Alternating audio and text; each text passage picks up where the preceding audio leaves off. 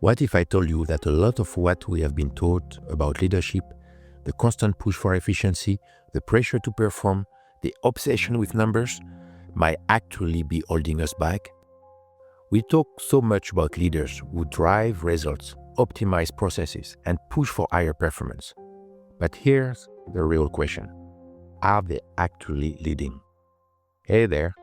Welcome back to the Power of Emotional Intelligence. I'm Marc Monteil, and today we are tackling something that I believe is one of the biggest challenges in leadership today: empathetic leadership. What it really means, why it's so often overlooked, and how it can completely transform the way we lead and connect with our teams. Early in my career, my world was mainly about numbers. Quarterly reports, earnings per share, sales target, deadlines. And my manager? Well, let's just call him Stone. Stone was sharp, brilliant actually. A master of spreadsheets, a genius with numbers. But when it came to people, he was absent. I still remember this one moment that stuck with me. I came up with a simple improvement, something that will save time, reduce stress, and even cut costs. So I shared it with him. And you know what he said? Just stick to the process. That was it. No discussion, no curiosity, just a rigid adherence to the system. And at this moment, something hit me. I didn't feel heard. I didn't feel valued. And for the first time, I realized something important. Numbers tell a story, but they don't lead people. Fast forward to a later stage in my career, and I saw a different kind of leadership challenge.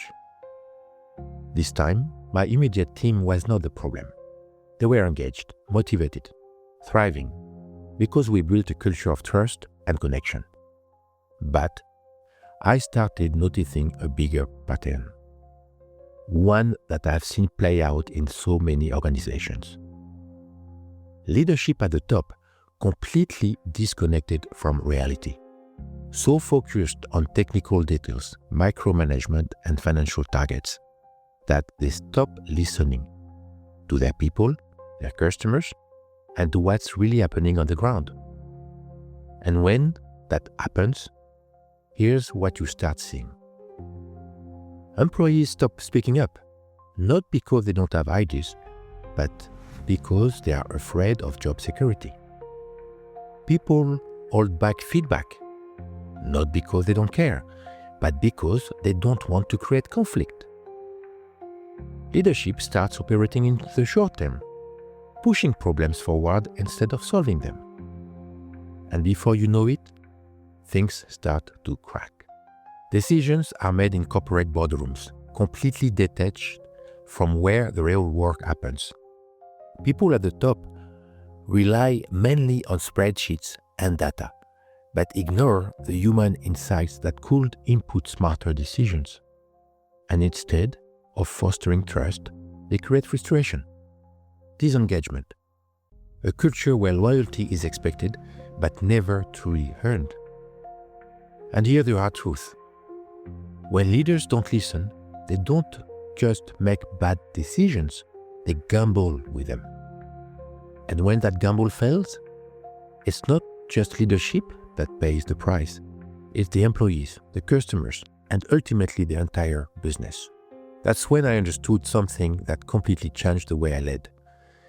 Leadership is not just about making decisions, it's about making connections. It's about building trust, creating engagement, and inspiring action. Because here's the thing. You can have the best strategies, the most advanced technology, the most detailed financial reports. But if you are not listening to the people who actually do the work, or your customers that are buying your products or services, those numbers won't mean a thing. And that's exactly what we are unpacking today. Why empathy is not a soft skill is the key to real leadership. How leaders who listen always outperform those who don't. And most importantly, how you can start leading with empathy today even in a world that prioritizes numbers over people. So let me ask you, have you ever felt frustrated by leadership that does not listen? Have you watched great people leave? Not because they were not good enough, but because they were not valued? Do you want to build a workplace where people don't just survive, but actually thrive? Then this episode is for you, an episode you don't want to miss. And because today we are unpacking what it truly means to be an empathetic leader and how it can completely shift the way you lead, communicate, and inspire your team. So let's get started. Hey everyone, welcome back to The Power of Emotional Intelligence. Today, we're going to unpack something super relevant, I think, for anyone leading a team or even just a project, heck, even a meeting. We're talking about empathetic leadership and why it might just be the secret weapon we need to navigate what some are calling a full-blown leadership crisis. It's fascinating, right? We've spent so long putting leaders on this pedestal and praising these brilliant visionary types, but we're really starting to see the cracks in that model. Yeah. It seems like we're realizing that ignoring the human side of things can have some pretty serious consequences. Yeah, I think it is some of those tough as nails bosses that I've had, the ones who just think any emotion is weak, Right. Never really felt that inspiring to me. So you're saying there's actually a price to pay for that kind of approach? Absolutely. I mean, when people just feel like cogs in a machine, their motivation really tanks. They're less engaged, less invested in the success of the team. And then on top of that, you've got the stress and anxiety of feeling unheard and unsupported. Right. That's a recipe for burnout and underperformance, for sure. Okay, that makes total sense. No one does their best work when they're feeling stressed and undervalued. But I think before we go any further, let's define what we actually mean by empathetic leadership, because it's more than just being a nice person, right? Right, exactly. At its core, it's about understanding and managing emotions, both your own and those of your team. A truly empathetic leader can recognize those emotions in other people, can connect with different perspectives, and then actually provide the emotional support that people need to really thrive. So you're not just aware of those emotions, you're actually using that awareness to inform, your decisions and actions. Right. So that makes me think of the whole hero CEO myth, this idea that great leaders are supposed to be, stoic and detached. Is that part of what's fueling this leadership crisis? I definitely think it plays a role. That hero narrative can create this whole culture where people feel like they have to suppress their emotions and, just follow orders. But the research is pretty clear that approach just backfires. Okay, so what does the research tell us about the benefits of empathetic leadership? Give us the highlights. Well, one of the biggest findings is this link between empathetic leadership and just improved job performance. And this is especially true for managers at the mid-level and above, those folks that are really setting the tone for whole teams, for whole departments. Yeah, the higher up you go, the more it matters, it seems. So, but what about the specifics? How does empathetic leadership actually translate to those better results? One key factor is the impact of emotional support from leaders. Okay. When people feel like they can actually go to their boss for help, not just with tasks, but with, emotional challenges, it creates a sense of trust and safety. Right. They're less likely to burn out. They're more resilient. Which makes sense. Everyone needs a little support, especially when the pressure's on. Absolutely. And I'm guessing that feeling supported emotionally also ties into this idea of psychological safety. Feeling comfortable speaking up, sharing ideas, admitting mistakes without fear of judgment. Totally. Psychological safety is absolutely crucial for these high-performing teams. Yeah. And empathetic leaders are just really good at cultivating that environment. Okay, so far so good. But I'm also thinking about our listeners out there, the people who might be thinking, okay, all this sounds great, but I'm not naturally an empathetic person. Right. How can I actually develop these skills? That's such a good question. And the good news is empathy is a skill. It can be learned, and strengthened over time. One of the most effective things you can do is actually actively seek feedback from your team members, from peers. You might be surprised by how your emotional responses are perceived by others. So getting that outside perspective is key. And it probably takes a healthy dose of humility too, right? Yeah. Being willing to hear things you might not want to hear. Exactly. It's about being open to learning and growing, Yeah. recognizing that you don't have all the answers, getting curious about how your actions and emotions impact the people around you. And speaking of learning and growing, what about managing our own emotions? Mm-hmm. Everyone has those moments where they feel stressed or overwhelmed, especially in leadership roles. Sure. Are there techniques people can practice to better regulate those responses? Absolutely. You can't effectively manage other people's emotions if you haven't mastered your own, right? Right. There are so many techniques out there, things like mindfulness, breathing exercises, or even just taking a few minutes to step away from a stressful situation to gather yourself. It's like they see on airplanes. Put on your own oxygen mask first before helping others. Exactly. The more you practice these techniques, the more they become second nature, especially when you're in those high pressure moments. Okay, so we've got seeking feedback and managing our own emotions as key steps toward becoming a more empathetic leader. What else can listeners do to really cultivate this skill? One of the simplest yet most powerful things is to make a conscious effort to acknowledge your team members' emotional states, even in those everyday interactions. So instead of jumping into the task at hand, Yeah. take a moment to check in with how they're doing. How are they feeling?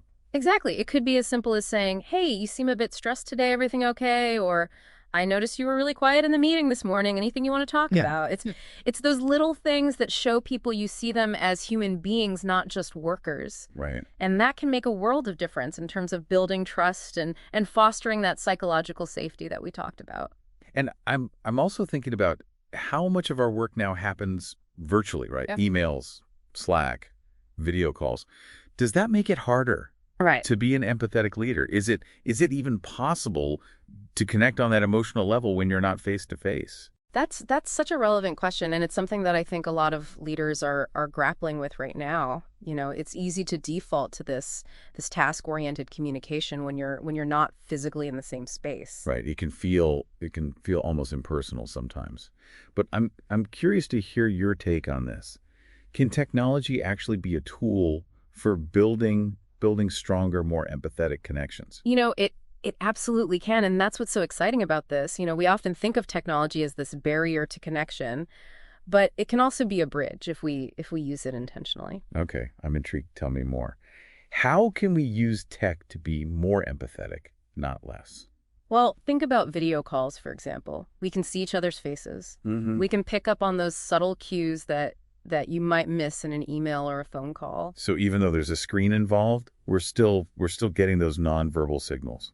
Exactly. And we can also use technology to connect with colleagues beyond just tasks, Yeah.